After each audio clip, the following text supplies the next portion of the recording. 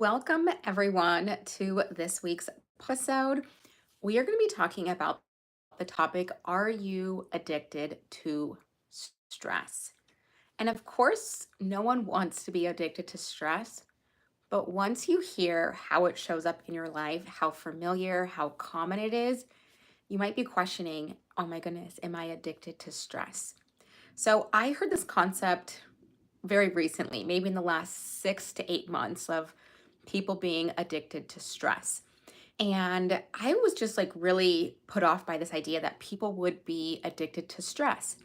And then I heard a little bit about the science behind this concept of being addicted to stress.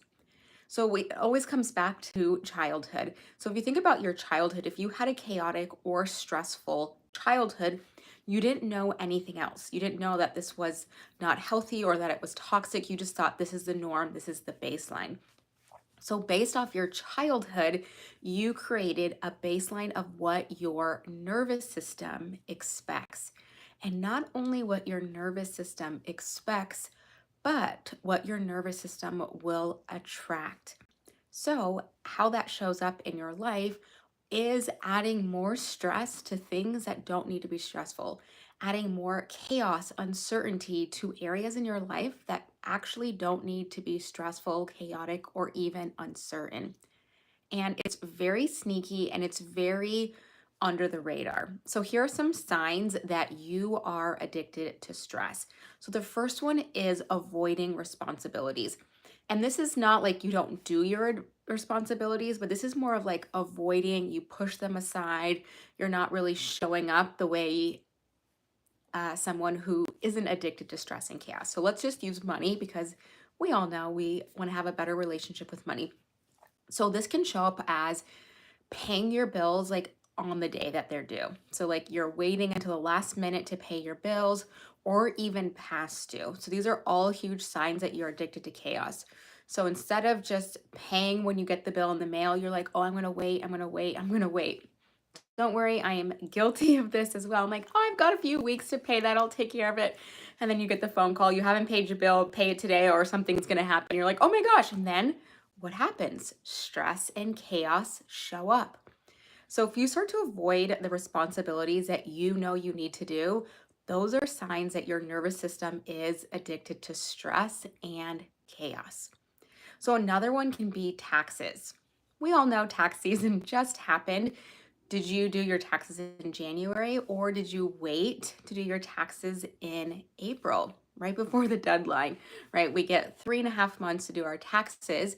Someone whose nervous system is addicted to stress will wait till the very last minute to do your taxes, even though you know that nothing is going to change from when you do it in January to doing it to in March or even April.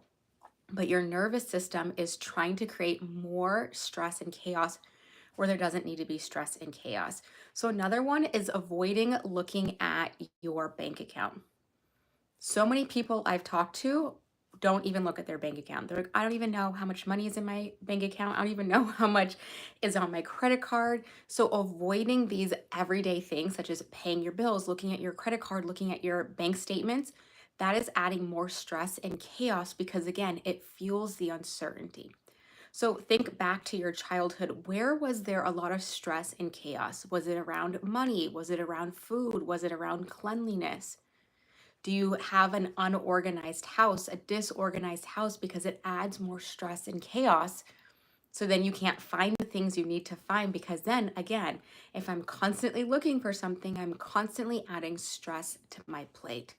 So, avoiding responsibilities such as the dishes piling up, laundry, those day to day household items are all ways we can add stress.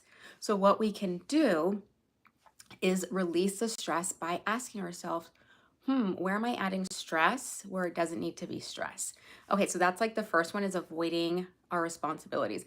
Another way that you are adding stress to your life or that your nervous system is addicted to stress is you're avoiding rest and relaxation. You're unable to actually rest. Let's say it's the end of the day, you grab your phone and you're just scrolling on social media. That's not actual rest, that's avoidance, that's detachment out of reality. Rest. A huge one that people struggle with is meditating, right? Sitting there and quiet, getting off electronics, which we know restoration back to your life. But if you're not adding that, then you are creating stress where there doesn't need to be stress. So a lot of times we are afraid of rest because we believe something will happen while we're resting. The shoe is going to drop, chaos will ensue. So if I'm always creating chaos and stress, then I never have to worry when is the shoe going to drop because I'm always in a state of chaos and stress. And if you find yourself really having a hard time resting and relaxing, your nervous system probably is afraid of rest and relaxation.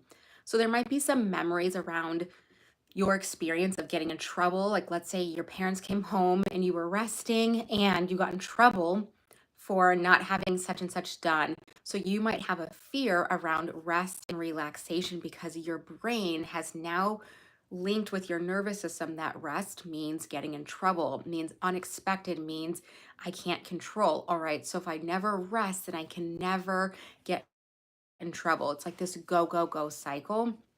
So now, as an adult, ask yourself, where have you been avoiding rest? Where have you been avoiding relaxation? And I'm not saying like the spa day, go and get your hair and your nails done. I mean, like actually just sitting on the couch, not watching TV, just sitting there in silence. I used to, when I worked at this treatment center, all of my new clients, right? Such anxious minds were detoxing off of drugs and alcohol. And there was a fear around rest. So every single day I would have them sit for 5 minutes. And we did it one time in session. And the client literally said that was an hour. There was no way that was 5 minutes. You lied to me. Let me see the stopwatch. There's no way that was 5 minutes. Creating stress and chaos means an inability to relax, means an inability to stay present because of the fear of what's going to happen next. So, another sign that your nervous system is addicted to stress is constantly checking your phone. We have these things called phantom notifications. It's where you believe your phone buzzed or you received a notification, and then you check your phone and you're like, oh, actually, there was no buzzing, there was no notification. Wait a minute, I just experienced a phantom notification, which means your brain is so addicted to getting notifications that it's starting to create them when there's not even a notification. A really eye-opening experience is going onto your phone, checking the system settings, and you can actually check and not we're not going to check how long you spend on your phone, but you're going to check how many pickups you have in a day. So this is how many times you've picked your phone up, unlocked the screen, or just opened it. And when you look at those settings, you are going to be shocked on how often you pick up your phone. I did this one time with a master class, and everyone went on their phone settings and they checked the screen time. Everyone was like, oh, that's pretty, on par with what I thought. But every single person was blown away about how many pickups they had on their phone. Some of them had 500 pickups throughout the day. Can you imagine grabbing your phone 500 times and checking 500 times in one day? And that was such an eye opening experience that their nervous system is addicted to stress and chaos because they're avoiding feeling in the present moment. They're avoiding the rest, avoiding the relaxation. And what's an easy way to avoid picking up your phone? So now what you might be asking yourself is, why would my nervous system look for stress? Why would it seek stress? And it gives you a sense of safety and security from the chaos you experienced either growing up or where you feel safe, which is stress and chaos. We know us as humans are wired for uncertainty, worst case scenarios. We're not actually wired for things to go really well in our lives. We actually don't know how to handle good things happening in our life. So we tend to add stress and chaos as a sense of normalcy or even a sense of safety and security. And so, what you might notice is when things start to get really good in your life, let's say your career, your job, your relationship, your friendships, how you view yourself starts to get really good, we sabotage with stress and chaos. our friends back. We stop responding to emails. We stop doing our healthy habits. We stop doing all of the things that are going to recharge us, allow us to bounce back. So then it adds more stress and chaos. And so now you might be wondering, okay, I've connected to these things. I'm ready to break the cycle. Like, Alyssa, can we just be done? Let's break the cycle. So what you're going to do is you're going to make a list of all the ways you're adding stress to your life. And this takes a lot of self-awareness and self-love to say, all right, here I'm adding stress, here I'm adding stress, or here I'm adding stress. For example, yesterday I met up with some friends in a new location and I was like so stressed that I couldn't find a parking spot because there was no parking spots. I had to find like a parking garage and I was like immediately irritated. And I was like, oh my goodness, why didn't they tell me that there was no parking, that I would have to find a parking garage? I don't even want to show up anymore. Like, this is so annoying. And then I said, pause. And I'm like, Alyssa, why are you adding more stress than you need to? Oh, because I'd hit an upper limit. And so what we can do is ask ourselves, where are we adding stress that doesn't need to have stress? Step one is identifying where is that stress. And once we identify where that stress is showing up, we can make a plan to release it. So for example, if you've noticed that you have a lot of stress with money, checking your bank accounts, checking your credit cards, doing some EFT tapping before you check your bank account so that way you can feel regulated. Maybe you set up your bills on auto pay so they're always paid when the bill comes out. And we can start to create safety with calm. How do we create safety with calm? We have to normalize it in our body. So maybe, just maybe, you do the same thing I would have with all of my treatment clients. You take 5 minutes a day and you sit in silence.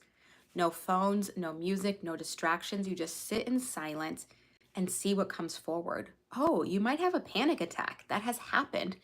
Because when was the last time you just sat for 5 minutes alone with your thoughts? Probably haven't done that, if ever.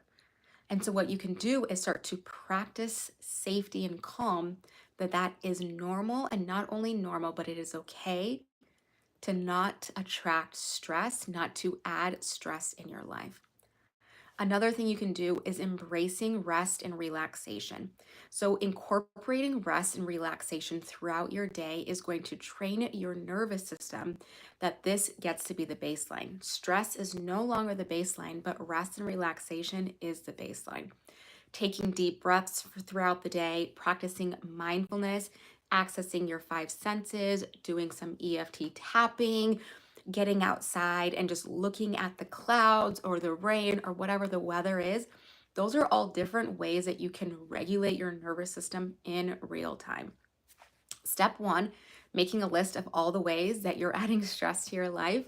Step two is making a plan to break the habit of the stress and chaos, creating calm in your every single day life, regulating your nervous system, and then training your body through visualization that more rest and relaxation is safe, and not only safe, but your new baseline.